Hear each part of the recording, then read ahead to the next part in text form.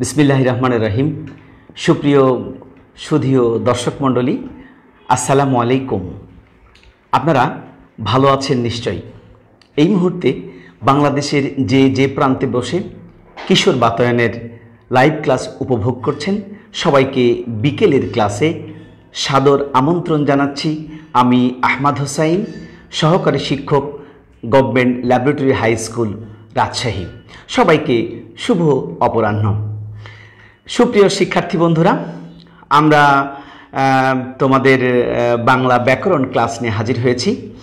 তার আগে শুধু আমি একটু বলতে চাই, তোমরা যারা আমার সাথে জয়েন করেছো, আমার সাথে যুক্ত হয়েছো, তারা ঠিকঠাক আমাকে দেখতে পাচ্ছ কি না, আমার লাইভটি তোমরা ঠিকমতো শুনতে পাচ্ছ কি না, আমাকে একটু জানাও, তাহলেই আমরা ক্লাস শুরু করে দেব।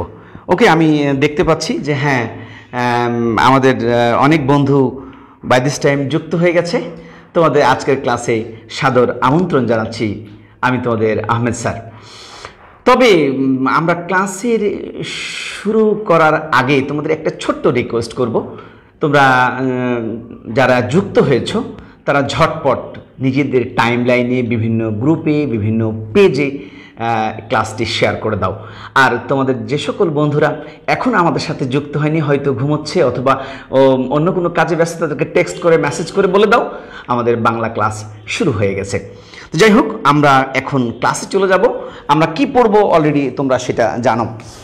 সুপ্রিয় শিক্ষার্থী বন্ধুরা, আজকে আমরা পড়ব হচ্ছে নত্যবিধান। অর্থাৎ আমরা আজকের ক্লাসে নত্যবিধানের একেবারে নারী নক্ষত্র, যাকে বলে A to Z, অর্থাৎ আমরা সামগ্রিক দিক আজকে এই ক্লাস থেকে জানব। তবে তোমাদের একটু রিকোয়েস্ট থাকবে, তোমরা মনোযোগ ডানে বামে দিবে না, একেবারে বোর্ডের দিকে, আমার কথার দিকে। অর্থাৎ তোমাদের মনন থাকবে বোর্ডের দিকে, কান থাকবে আমার সাউন্ডের দিকে। তাহলেই আমাদের আজকের ক্লাসটি সার্থকতায় নন্দিত হবে, আমরা ধন্য হব। আমাদের এই যে দ্বিপক্ষীয় কষ্ট, আমাদের শ্রম সার্থক হবে। আমরা সব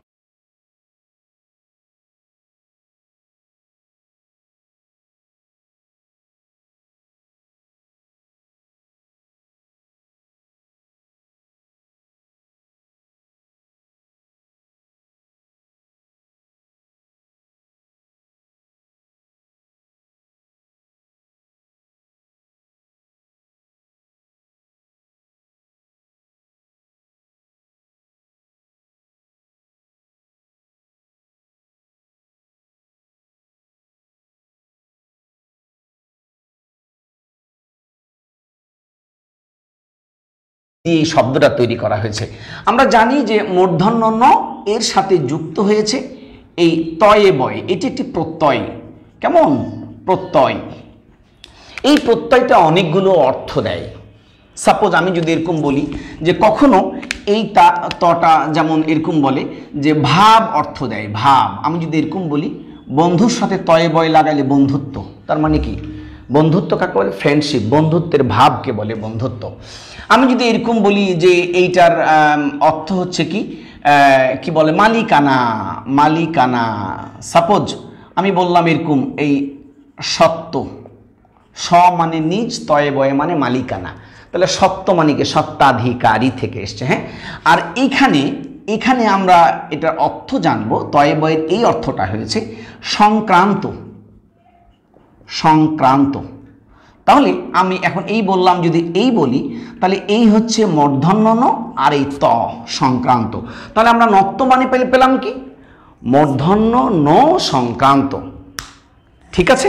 আচ্ছা, তাহলে আমরা আজকে যেটা পড়ব সেটা হচ্ছে মূর্ধন্য সংক্রান্ত, আর আছে কি সাথে? বিধান। তাহলে নত্যবিধান শব্দের অর্থ হচ্ছে মূর্ধন্য সংক্রান্ত বিধান, সেটাই হচ্ছে কি? নত্যবিধান।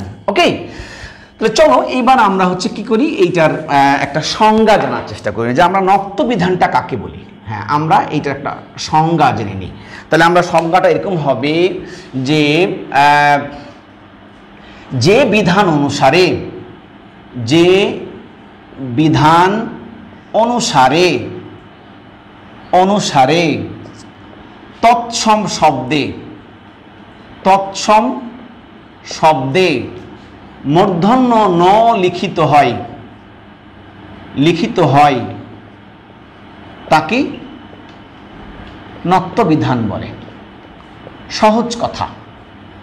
তাহলে আমরা পেলাম কি, যে বিধান অনুসারে তৎসম শব্দে, তাহলে এইটা, তাহলে আমরা এই তৎসম শব্দের ক্ষেত্রে শুধুমাত্র কি মূর্ধন্য নটা প্রযোজ্য। এটা তৎসম শব্দের যখন বাইরে, এটা দেশি শব্দ বা বিদেশি শব্দ বা অতৎসম শব্দের ক্ষেত্রে এইটি চলবে না। তাহলে আমরা এইটুকু শিখি যে বিধান অনুসারে তৎসম শব্দে মূর্ধন্য ন লিখিত হয় তাকে কি বলে? নত্যবিধান বলে। ক্লিয়ার? সবাই বুঝেছো জিনিসটা? আবার একটু রিভিউ করে নাও। যে বিধান অনুসারে, অর্থাৎ যে নিয়ম অনুসারে, যে রুলস রেগুলেশন ফলো করে, যে পদ্ধতিগুলো ফলো করে আমরা তৎসম শব্দে মূর্ধন্য ন লিখব, সেটি কি? নত্যবিধান। ঠিক আছে? আচ্ছা, এখন আসো আমাদের এই নত্যবিধানটা পড়তে হচ্ছে কেন? চলো আমরা একটু তোমাদের সাথে অ্যাড করি।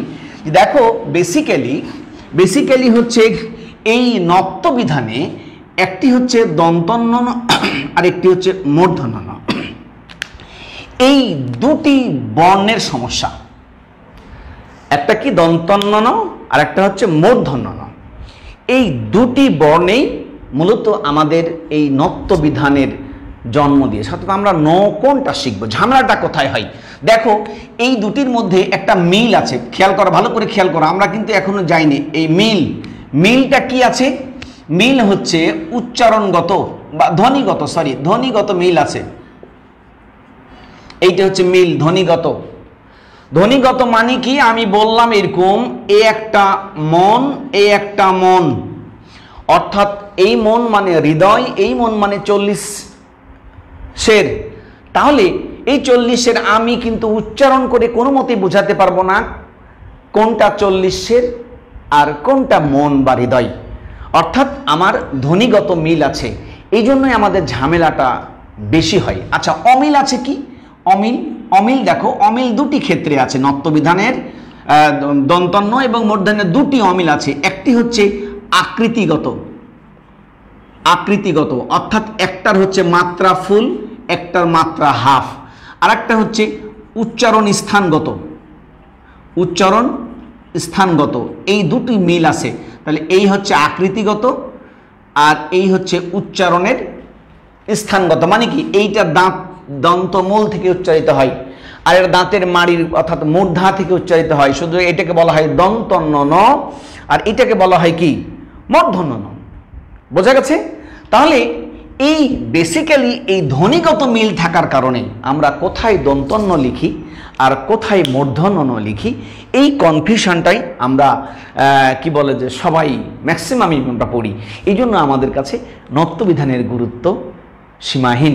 তোমরা জানো তো একটি বাগধারা আছে। কি বাগধারা? এই যে এরকম একটা বাগধারা আছে, তার এই বিষয়ে নত্যসত্ত্ব জ্ঞান নাই। নত্যসত্ত্ব জ্ঞান মানে কি? বেসিক জ্ঞান, মূল ধারণা। সুতরাং নত্যসত্ত্ব বিধান এত গুরুত্বপূর্ণ যে এইটা নিয়ে একটি বাগধারা আমাদের ভাষা ও সাহিত্যে চলে এসেছে। সুতরাং নত্যবিধান বা সত্যবিধান ভেরি ইম্পর্টেন্ট। আমরা আজকে শুধু নত্যবিধান পোর্শনটা পড়ব ইনশাআল্লাহ। তাহলে আমাদের যে কথাটা বললাম, এই যে দুটি বর্ণে দ্বন্দ্ব, কিসে দন্তন্য নয় আর মূর্ধন্য নয়। তাহলে এটি হচ্ছে ত বর্গীয় বর্ণ, আর এটি কি? এটি হচ্ছে ট বর্গীয় বর্ণ। তাহলে আমরা যদি সামারি একটু করি, ছোট্ট করে করি, তাহলে নত্যবিধানে মূল দ্বন্দ্বটা হচ্ছে ত বর্গীয়, অর্থাৎ ত বর্গীয় বর্ণ দন্তন্য, এর সাথে ট বর্গীয় বর্ণ মূর্ধন্যর সাথে। ক্লিয়ার? তাহলে চলো আমাদের কি সমস্যাটা হয় আমরা সামনে গেলে আমাদের কাছে মনে হয় যে জিনিসটা আরো ক্লিয়ার হবে। আচ্ছা, তাহলে আমরা শুধু এইটুকু এখন শিখলাম যে সকল বিধান বা যে বিধি অনুসারে তৎসম শব্দে মূর্ধন্য লিখিত হয় তাকে নত্যবিধান বলে, এবং নত্যবিধানের মূর্ধন্যয়ের সাথে দন্তন্বয়ের যে আমাদের সমস্যা, সেইটা আমরা আজকে দূর করব। এবং এই দুটি বর্ণের মধ্যে ধ্বনিগত মিল আছে কিন্তু আকৃতি উচ্চারণগত মিল নেই, এবং এখানে মূল সমস্যা হচ্ছে ত বর্গীয় বর্ণের সাথে ট বর্গীয় বর্ণ মূর্ধন্য নয়ের। ওকে, চলো তাহলে আমরা আজকে এই নত্যবিধানের বেসিক দুটো দিক পড়ব। আগে তোমরা খাতায় এখন লিখে নাও। আজকে আমরা প্রথম দিকটা যেটা পড়ব এই ক, সেটা হচ্ছে লিখে নাও, যে সকল স্থানে মূর্ধন্য ন ব্যবহৃত হয়, যে সকল স্থানে মূর্ধন্য ন ব্যবহৃত হয়। এই আগে আমরা এই জিনিসটা শিখে নেব, তারপরে আলটিমেটলি যে সকল স্থানে হয় না সেটা আমরা পেয়ে যাব। ওকে, তাহলে আমরা চলো যে সকল স্থানে মূর্ধন্য, অর্থাৎ কোন কোন জায়গায় আমি মূর্ধন্য লিখব সেইটা যদি শিখে নিই, তাহলে কোন কোন জায়গায় মূর্ধন্য লিখবো না, মানে কি লিখবো, তখন আমি দন্ত ন লিখবো। তাহলে আগে আমরা কোন কোন স্থানে মূর্ধন্য লিখব সেইটা আমরা আগে ঝটপট শিখে নিই। আমি কিন্তু তোমাদের খুব বেশি অনেক দেখবা যে বিভিন্ন বইয়ে অনেক নিয়ম দেয়া আছে, আমরা যদি একটু টেকনিক ফলো করি, আমরা কোন স্থানে মূর্ধন্য লিখব মাত্র 3টি নিয়ম যদি পড়ি, তাহলে ঘুরিয়ে ফিরিয়ে 5টি 7টি নিয়ম আমরা পারবো। আমাদের অনেক বই আছে যেগুলো সহযোগী বই, আমাদের মূল বইয়ের কথা বলছি না, সহযোগী বইগুলোতে নত্যবিধানের কোন কোন স্থানে মূর্ধন্য লিখিত হয় তার 8টি 9টি 10টি 11টি করে নিয়ম দেওয়া আছে। নন ইট, তুমি জাস্ট 3টা পড়ো এবং 3 নাম্বার নিয়ম দিয়েই 4 5 6 7 8 9 10 11 যে যেভাবেই লিখুক না কেন তুমি ওর মধ্যে পেয়ে যাবা ইনশাআল্লাহ। ওকে, চলো তাহলে আমরা এবার একটু নিয়মে চলে যাই। এক, আমরা শুরুতেই বলেছি কোন বর্ণের সাথে কোন বর্ণের দ্বন্দ্ব, দন্তন্বয়ের সাথে মূর্ধন্যয়ের দ্বন্দ্ব।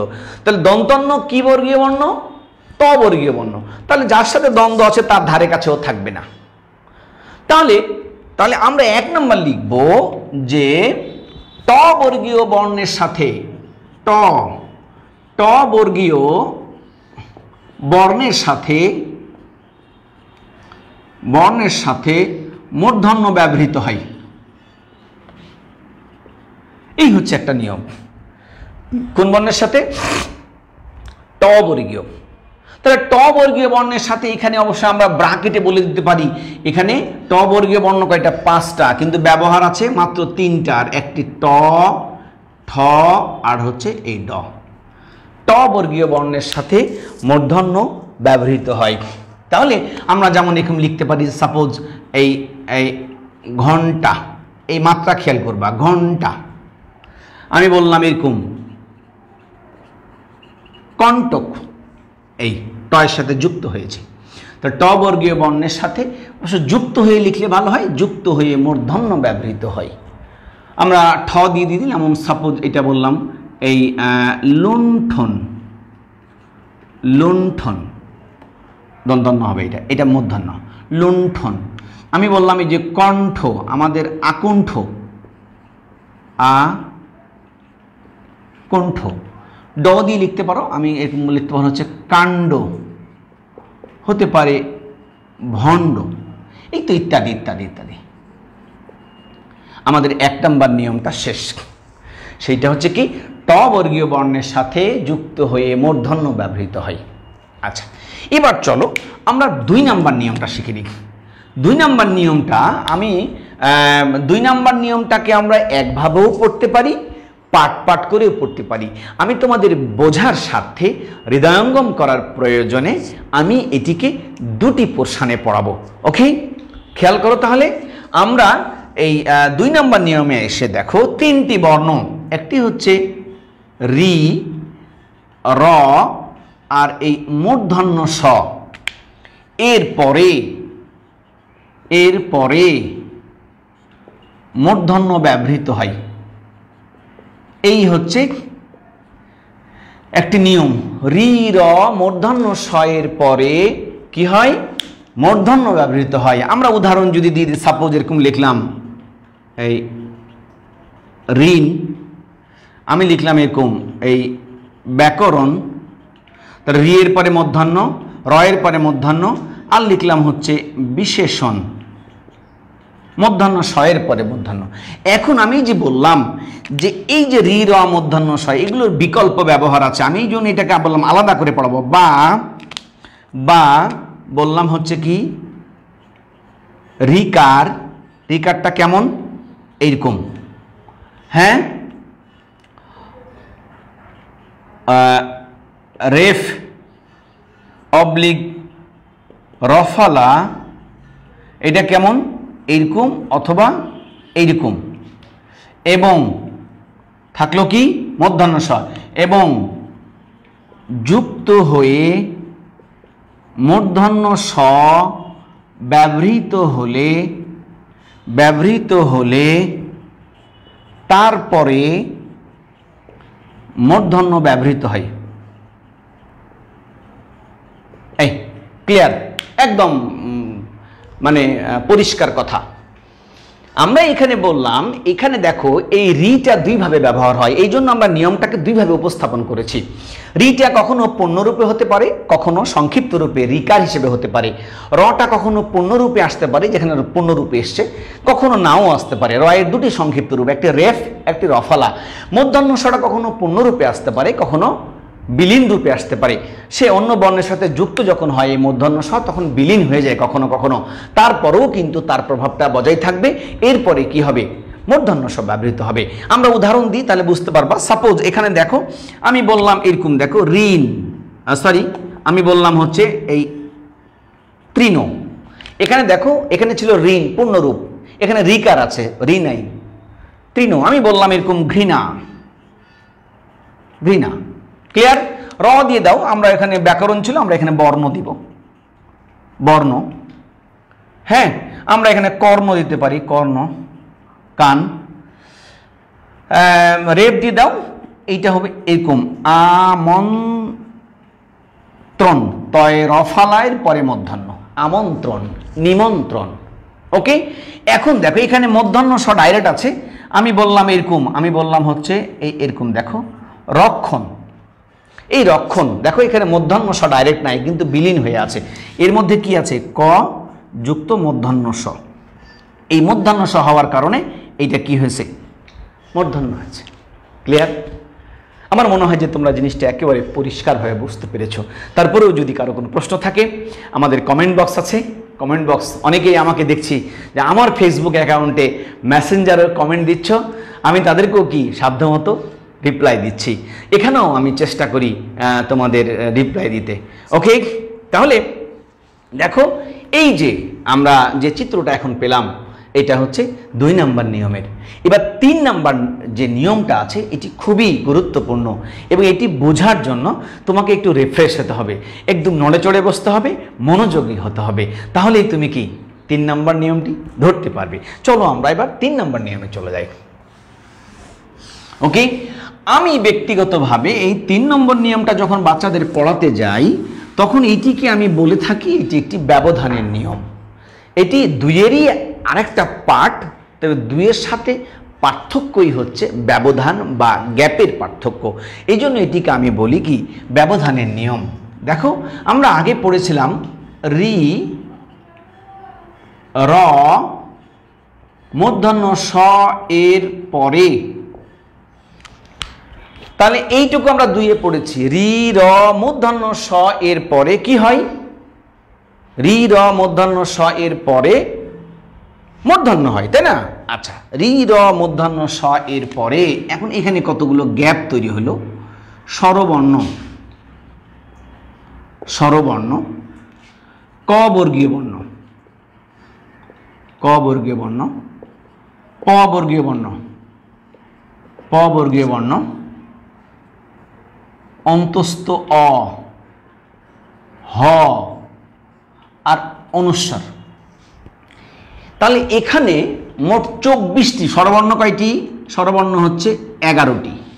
ক বর্গে কয়টি? ক বর্গে হচ্ছে 5টি। প বর্গে কয়টি? প বর্গে হচ্ছে 5টি। এখানে আছে কয়টি? 3টি। তাহলে এই 11, 5, 16, 5, 21 আর 3, এই 24টি বর্ণ যদি ব্যবধান থাকে, অর্থাৎ রি, র, মূর্ধন্য স এর পরে এই যে আমরা বর্ণগুলো বললাম, এরা যে কোনো এক বা একাধিক যদি থাকে, তারপরেও সেটা কি হবে? মূর্ধন্য ন হবে। আর যদি এই বর্ণগুলোর বাইরেই যদি মিনিমাম একটি বর্ণ আসে, তাহলে সেটা সাথে সাথে দন্তন্য হয়ে যাবে, তখন আর নত্যবিধানকে সে অনুসরণ করবে না, সে নিয়মের ব্যত্যয় ঘটলেই সে কেটে পড়বে। ক্লিয়ার? আমি আবারও বলি, এই নিয়মটা সবাই অত সহজে ধরতে পারে না, আমরা কয়েকবার রিপিট করতে হয়। আবারও বলি, রি র মূর্ধন্য ষয়ের পরে কিন্তু অলওয়েজ কি হয়? মূর্ধন্য ন হয়। এটা আমরা 2 নম্বর নিয়মে পড়ে ফেলেছি এবং শিখেও নিয়েছি যে রি বা র বা রেফ, রফলা বা রিকার বা মূর্ধন্য ষ পূর্ণরূপে থাকুক আর বিলীন রূপে থাকুক, এই 3টি বর্ণের পরে যদি কখনো কোনো ন থাকার প্রয়োজন হয়, অর্থাৎ তৎসম শব্দে, তবে অবশ্যই সেটা কি হবে? মূর্ধন্য ন। কোনো চিন্তা ছাড়াই চোখটা বন্ধ করে আমরা বলে দিব যে এখানে মূর্ধন্য ন হবে। তবে এমন ঘটনা ঘটবে যে রিও আছে, রও আছে, মূর্ধন্য সও আছে, কিন্তু তারপরে আরও কতগুলো বর্ণ আছে। হ্যাঁ, এই বর্ণগুলোর ক্ষেত্রে আমরা কি লিখব? দন্তন্য লিখব না মূর্ধন্য লিখব? তখন আমরা কন্ডিশনাল বর্ণগুলো দিয়েছি। এই বর্ণগুলোর কোনো একটি বা একাধিক যদি থাকে তাহলে আমি সর্বাবস্থায় কি লিখব? মূর্ধন্য লিখব। আর যদি রি র মূর্ধন্য ষয়ের পরে এগুলোও থাকলো, এর বাইরেও একটা বর্ণ থাকলো, তাহলে সেটা দন্তন্য হয়ে যাবে। ক্লিয়ার? আমরা উদাহরণ দিই তাহলে আরও সুন্দর হবে। দেখো, আমি এরকম বললাম, এরকম যদি বলি, এই দেখো রমণী, একই রকম শুনতে, দেখো এই রজনী। তাহলে খেয়াল করো, এই যে এখানে কি আছে? এখানে র আছে, এরপরে ম আছে, কি ম হচ্ছে প বর্গীয় বর্ণ, প ফ ব ভ ম। তাহলে এটা কি হয়েছে? মূর্ধন্য ন হয়েছে। কিন্তু এটা দেখো, রয়ের পরে বর্গীয় জ আমার এখানে নাই, ক বর্গীয় শর্তে আছে কিন্তু চ বর্গীয় নাই, সুতরাং এটা দন্তন্য হয়েছে, রজনী। কেমন? আমি দেখো আরো উদাহরণ, এই অনেক উদাহরণ আছে। যেমন ধরে এরকম বললাম, এই দেখো এই প্রমাণ, বা এরকম দেখলাম আমি প্রধান। তাহলে আমার নত্যবিধান শুরু হলো এই রফালা থেকে, এই রফালা। রয়ের পরে কি আছে? অ আছে, এরপরে কি আছে? ম আছে, ক বর্গীয় প বর্গীয় বর্ণ, তারপরে কি আছে? আ আছে স্বরবর্ণ, এরপরে মূর্ধন্য হয়েছে।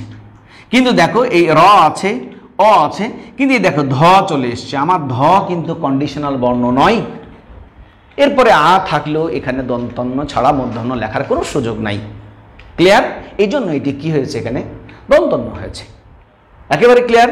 আচ্ছা, আরো উদাহরণ আমরা দেখতে পাই একই রকম শুনতে। দেখো দেখো দর্শন, কিন্তু আমি যখন লিখছি দর্পণ, তাহলে আমার শুরু হবে নত্যবিধানে র থেকে, রেফ, তার মানে দয়ের পরে আছে, এখানে র আছে, তারপরে তালব্যস্য।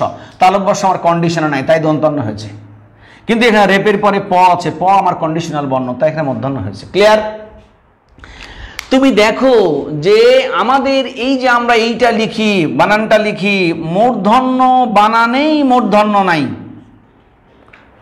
মূর্ধন্য বানানটাতেই মূর্ধন্য নাই, কারণ নিয়মে পড়ে না, আসবে কোত্থেকে? এটা তো নিয়মের মধ্যে আসে না, এই জন্য মূর্ধন্য বানানে কি নাই? মূর্ধন্য নাই। বোঝা গেছে জিনিসটা? আমার মনে হয় যে তোমরা শিখি বিষয়টা বুঝতে পেরেছ। এখানে কি জন্য নাই বলো তো?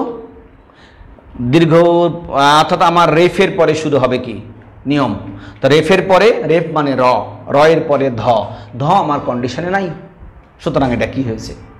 দন্তন্য হয়েছে। আমার মনে হয় যে তোমরা এই কি বলে যে নিয়মটি ভালো করে বুঝতে পেরেছ। ওকে, চলো এখন দেখো তোমাদের এই নিয়মটিকে, অর্থাৎ এইটিকে না, এই যে 2 নম্বর নিয়মটিকে না, আমরা 2 নম্বর এইটিরই একটি এক্সটেনশন এইটা। হ্যাঁ, যেহেতু আমরা এখানে বলছি কি এই মূর্ধন্য, অর্থাৎ এর পরে রি র মূর্ধন্য ষয়ের পরে এগুলো থাকবে, তারপরে কি হবে? মূর্ধন্য হবে। যদি এগুলো না থাকে তাহলে কি হবে? দন্তন্য হবে। এটা ক্লিয়ার কথা। এই যে এরা মাঝে এসে ব্যবধান তৈরি করছে, এই জন্য বোঝানোর জন্য এটাকে আমি বাচ্চাদেরকে কি বলি? ব্যবধানের নিয়ম বলি। এখন এই নিয়মটাকে আশ্রয় করেই আমাদের অনেক বই আরও লম্বা নত্যবিধানের তালিকা দিয়েছে। এটাও নত্যবিধান, এটাও নত্যবিধান, এটাও নত্যবিধান। দেখো সাপোজ তোমাকে আমি একটি কি বলে যে সহজ একটি সূত্র দেখাই দিই, তাহলে বুঝতে পারবা তোমরা। এরকম বলছে যে পূর্ব, এটি একটি নিয়ম, আমরা 3 নম্বর নিয়মে পড়লাম, যে সকল স্থানে মধ্যাহ্ন স ব্যবহৃত হয়, এর 3টা নিয়ম মনে রাখতে বলছি। এগুলোকে আমরা নিয়মের মধ্যে আনছি না। অনেক ব্যাকরণবিদ লিখছেন পূর্ব, প্র, পরা, অপর এর পরে, এই 4টা শব্দ, পূর্ব, প্র, পরা, অপর এর পরে যদি অন্য থাকে, অন্য থাকলে বলছে দন্তান্ন মধ্যাহ্ন হয়। এই যে অন্য, এখানে কি আছে, হয়ের উপরে দন্তান্ন আছে।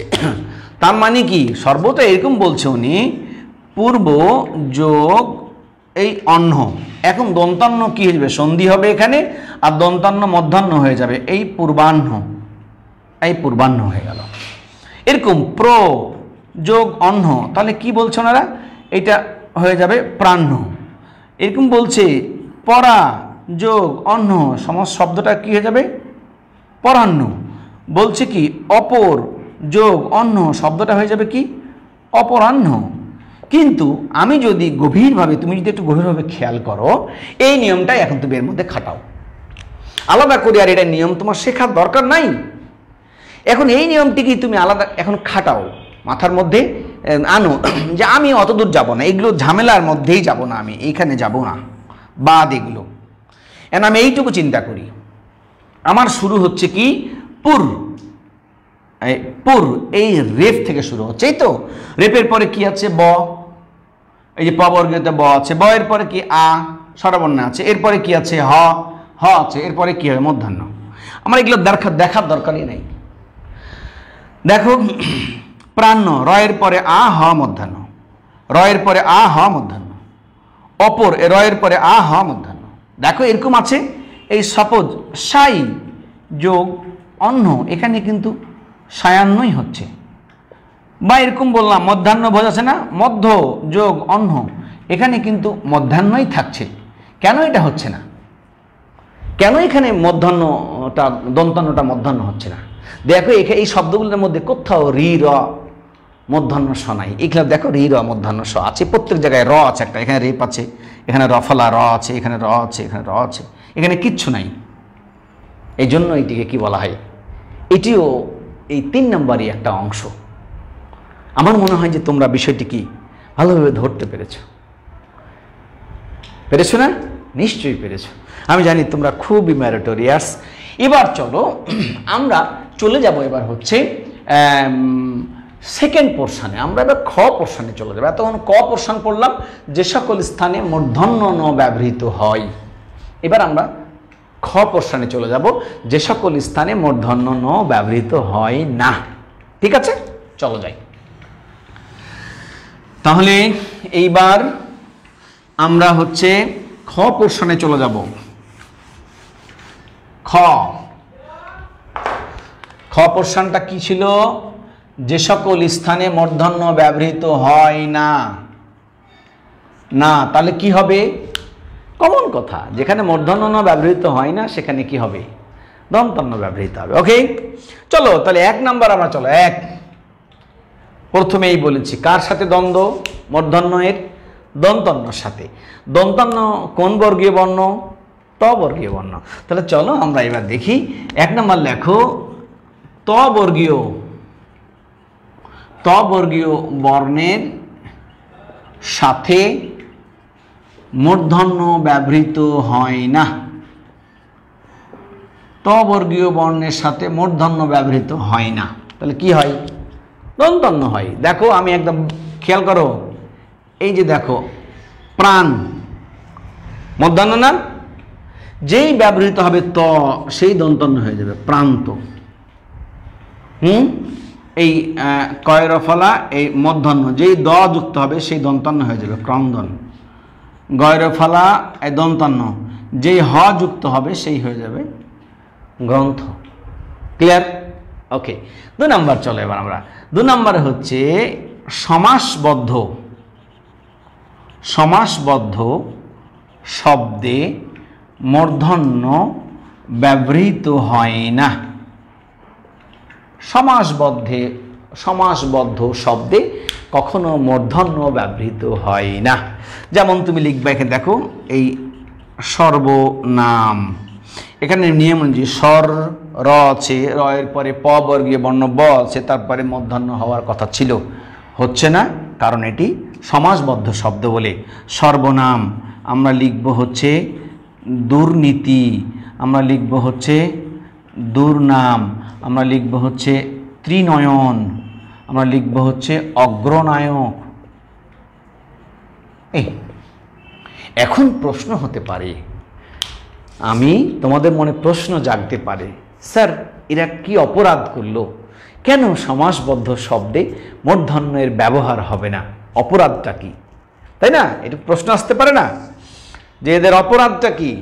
অর্থাৎ সমাস হচ্ছে একটি সিস্টেমের নাম, সংক্ষেপে বলি তোমাদের, যেখানে শব্দ শব্দ শব্দ মিলে কি তৈরি হয়, আবার শব্দ তৈরি হয়।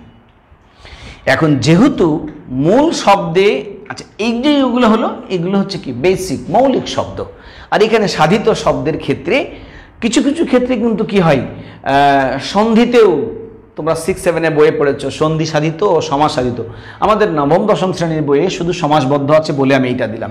কিছু কিছু ক্ষেত্রে কিন্তু সন্ধি সাধিত শব্দেও কি হয়, মূর্ধন্য না হয়ে দন্তন্য হয়। কিন্তু এখানে আমাদের বইয়েরটাই আমরা ফলো করলাম যে এখানে দেখো, আমরা যদি এরকম বলি ষষ্ঠী তৎপুরুষ সমাস, সর্বের নাম, তাহলে এই নামটা কি, মূল বানানো হচ্ছে দন্তন্য।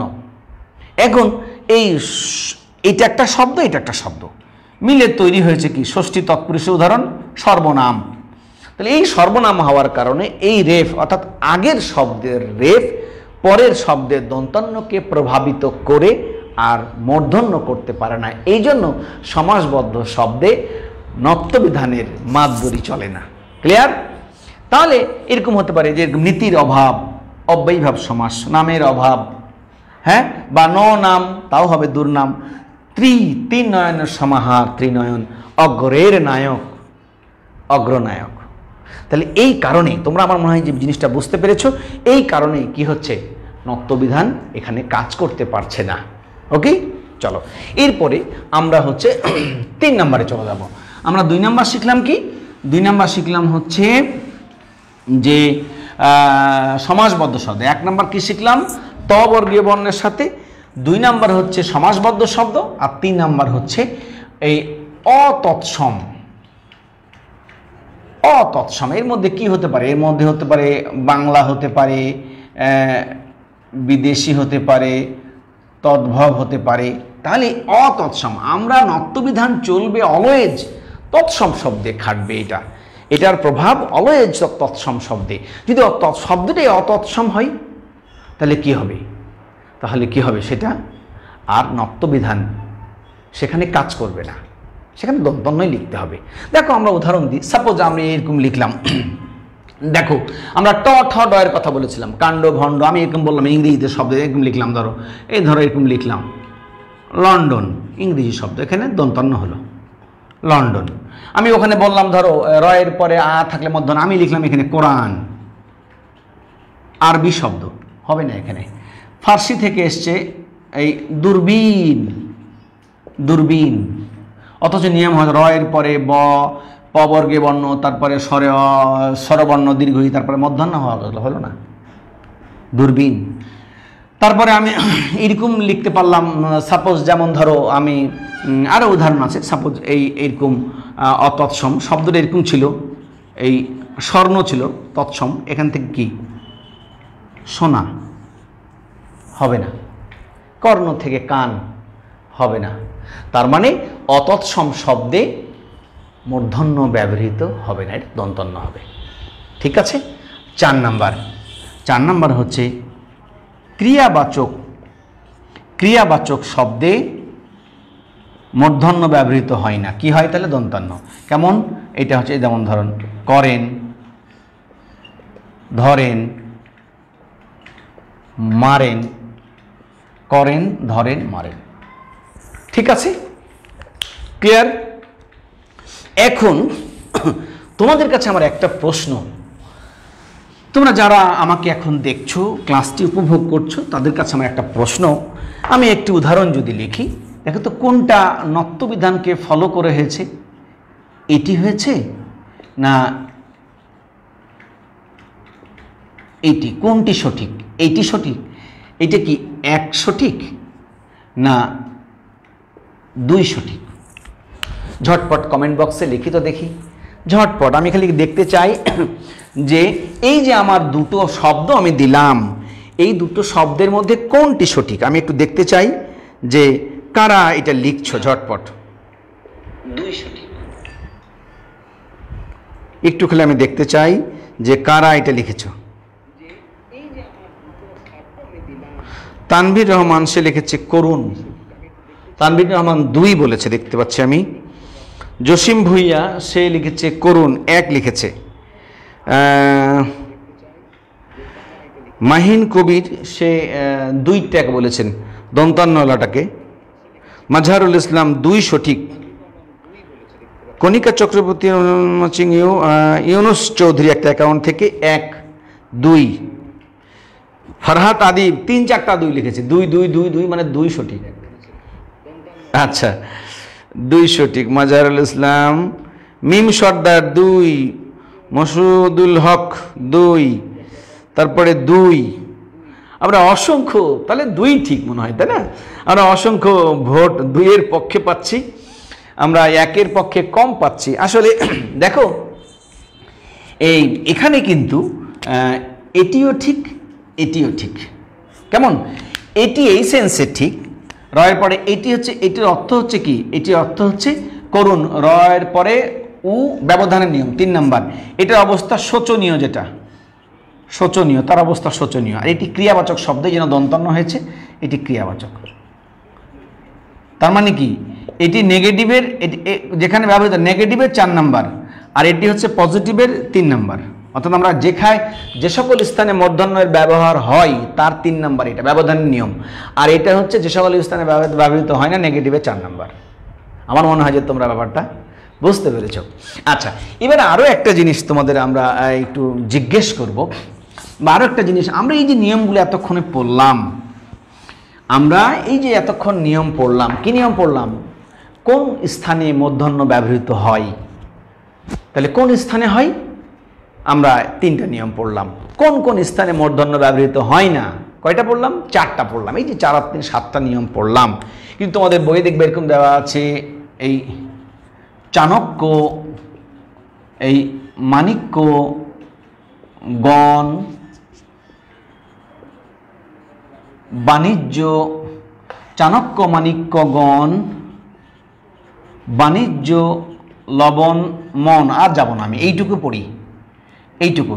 চাণক্য, মাণিক্য গণ, বাণিজ্য, লবণ, মন। তারপরে অনেক আছে, বেনুবিনা, কঙ্কন, কণিকা, এই আরও এরকম মোটামুটি সব মিলিয়ে 43 ওয়ার্ডস আছে, মোট 43টা শব্দ আছে। এই 43টা শব্দ, এগুলো দেখো আগে রি নাই, র নাই, কিচ্ছু নাই, তারপরে মূর্ধন্য হয়েছে। দেখো ময়ের পরে আ, তারপর দন্তন রস্ব ই, তারপরে মূর্ধন্য ক জফলা। গণের পরে কিচ্ছু নাই, গ মূর্ধন্য। বাণিজ্যতে দেখো বয়াকার মূর্ধন্য আয় রস্ব ই বর্গে জফলা। লবণে দেখো ল ব মূর্ধন্য লবণ। মনে দেখো ম মূর্ধন্য। তাহলে এইগুলো কোন নিয়মে হলো? এগুলো নিয়মটা কি? এগুলোকে বলা হয়, তোমরা খেয়াল করো, এগুলোর নাম হচ্ছে এগুলোর নাম হচ্ছে নিত্য মূর্ধন্য। নিত্য মূর্ধন্য, বা এটা আর একটা সুন্দর নাম আছে, স্বভাবতই মূর্ধন্য। স্বভাবতই মূর্ধন্য মানে কি? স্বভাবগতভাবে, জন্মগতভাবেই এরা মূর্ধন্য হয়। নিত্য মানে কি? নিত্য মানে হামেশা, অলওয়েজ, অল টাইম। তাহলে এরা অল টাইম মূর্ধন্য হয়। এই জন্য এগুলোকে কি বলা হয়? তোমাদের বই দেবরা ছড়া আছে, চাণক্য মাণিক্য গণ, বাণিজ্য, লবণ, মন, বেনুবিনা, কঙ্কন, কণিকা, তারপরে আপন, ভান, পান, শান্তন। এগুলো অনেকগুলো শব্দ আছে, মোট 43টা শব্দ তুমি বইয়ে পাবা। তাদের এই রূপ, অর্থাৎ তুমি কোন স্থানে মূর্ধন্য ব্যবহৃত হয় তার 3টি নিয়ম যদি এর মধ্যে অ্যাপ্লিকেশানে তুমি না পাও, চোখটা বন্ধ করে বলে দিবা এটি স্বভাবতই বা নিত্য মূর্ধন্যর উদাহরণ। এখন ধরো আমরা এই সাপোজ মন, আমি এখানে কি দেখব, কই নত্যবিধানে কই ট বর্গীয় নাই, রি র মূর্ধন্য ষ নাই, ব্যবধান নাই, কিছুই নাই, তাহলে আমি এটিকে কোন সেন্সে বলবো এটি কোন নিয়মে হয়েছে? তখন আমরা বলে দেব এটি স্বভাবতই বা নিত্য মূর্ধন্যর মাধ্যমে হয়েছে। নিত্য মূর্ধন্য, এটার কোনো মাধ্যম টাধ্যম নাই। ক্লিয়ার? সুপ্রিয় শিক্ষার্থী বন্ধুরা, তোমরা এতক্ষণ ধরে যে নত্যবিধানের ক্লাসটি উপভোগ করলে, আশা করি যে তোমরা নত্যবিধানের এই যে প্রধান দুটি দিক বুঝতে পেরেছো, হৃদয়ঙ্গম করতে পেরেছো। তবে আমাদের শ্রম তখন সার্থক হবে যখন তুমি ধারণ করতে পারবে, যখন তুমি তোমার প্র্যাকটিক্যাল লাইফে, তোমার পরীক্ষার খাতাতে, তোমার দৈনন্দিন জীবনে, তুমি তোমার লেখালেখিতে যখন এটা প্রয়োগ ঘটাতে পারবে, তখনই আমাদের শ্রমটা কী হবে? সার্থক হবে। আমি একটু তোমাদের রিভিউ করা দিতে চাই। আজকে আমরা যে ক্লাসটি নিলাম তার নত্যবিধান ছিল, নত্য শব্দের অর্থ হচ্ছে, নত্য মানে মূর্ধন্য সংক্রান্ত, বিধান মানে নিয়ম কানুন, অর্থাৎ যে সকল বিধান বা যে বিধিবিধান অনুসারে তৎসম শব্দে মূর্ধন্য ন লিখিত হয় তাকে নত্যবিধান বলে। নত্যবিধানের প্রধান দুটি দিক আছে, আমরা কোথায় মূর্ধন্য ন লিখব আর কোথায় লিখব না। আমরা লিখব 1 নম্বর ট বর্গীয় বর্ণের সাথে, ট ঠ ডয়ের সাথে যদি যুক্ত হয়ে ব্যবহৃত হয় তাহলে অলওয়েজ সেটা মূর্ধন্য হবে, তবে শব্দটা তৎসম হইতে হবে। 2 নম্বর নিয়মটা পড়েছিলাম কি, রি র মূর্ধন্য স বা রিকার রেপাবলিক রফালা বা মূর্ধন্য স বিলীন হয়ে ব্যবহৃত যদি হয় তাহলে তারপরে মূর্ধন্য হবে। আরেকটি 3 নম্বর নিয়ম পড়েছিলাম ব্যবধানের নিয়ম। ব্যবধান রি র মূর্ধন্য স এর পরে যদি স্বরবর্ণ, ক বর্গীয় বর্ণ, প বর্গীয় বর্ণ, অন্তস্থ হ অনুসারে 24টা বর্ণ ব্যবধান থাকে তাহলে তারপরে কি হবে? মূর্ধন্য ন ব্যবহৃত হবে। আর দ্বিতীয় পোর্শনে পড়েছিলাম যে সকল স্থানে মূর্ধন্য ন ব্যবহৃত হয় না, তার মানে কি হয়? দন্তন্য হয়। তার 1 নম্বরে ছিল ত বর্গীয় বর্ণের সাথে কখনো মূর্ধন্য ন ব্যবহৃত হয় না, গ্রন্থ, ক্রন্দন, প্রান্তন। 2 নম্বরে পড়েছিলাম সমাসবদ্ধ শব্দে কখনো মূর্ধন্য ন ব্যবহৃত হয় না, যেমন সর্বনাম, ত্রিনয়ন, দুর্নীতি, দুর্নাম, অগ্রনায়ক। 3 নম্বরে পড়েছিলাম যে কি বলে যে অতৎসম শব্দ বা বিদেশি শব্দে, বাংলা শব্দে, তদ্ভব শব্দে এগুলোতে মূর্ধন্য ব্যবহৃত হয় না, যেমন লন্ডন, কোরআন, দূরবীন। আর আমরা কি বলে যে 4 নম্বর পড়েছিলাম ক্রিয়াবাচক শব্দে কখনো মূর্ধন্য ন ব্যবহৃত হয় না, ধরেন, মারেন, করেন ইত্যাদি ইত্যাদি। আশা করি তোমরা আজকের ক্লাসটি ভালোভাবে উপভোগ করেছো, খুব সুন্দরভাবে বুঝতে পেরেছো। তারপরেও যদি কারো কোনো বিষয়ে, কোনো জায়গায় অস্পষ্টতা থাকে, কোনো কনফিউশন থাকে, কোনো আবছা ভাব থাকে, আমাদের এই যে কিশোর বাতায়নের যে লাইভ ক্লাসের নিচে যে কমেন্ট বক্স আছে, সেই কমেন্ট বক্সে যদি আমাকে প্রশ্ন করো আমি উত্তর দেওয়ার যথাসাধ্য চেষ্টা করব। তাহলে আজকে এই পর্যন্তই। সুপ্রিয় শিক্ষার্থী বন্ধুরা, তোমরা যে যেখানে থাকবে ভালো থাকবে, সুস্থ থাকবে, স্বাস্থ্যবিধি মেনে চলবে, পড়াশোনার সাথে থাকবে, বইয়ের সাথে থাকবে, আর অলওয়েজ কিশোর বাতায়নের সাথে থাকবে। সেই পর্যন্ত ভালো থাকবে। আসসালামু আলাইকুম ওয়া রাহমাতুল্লাহ। আল্লাহ হাফেজ।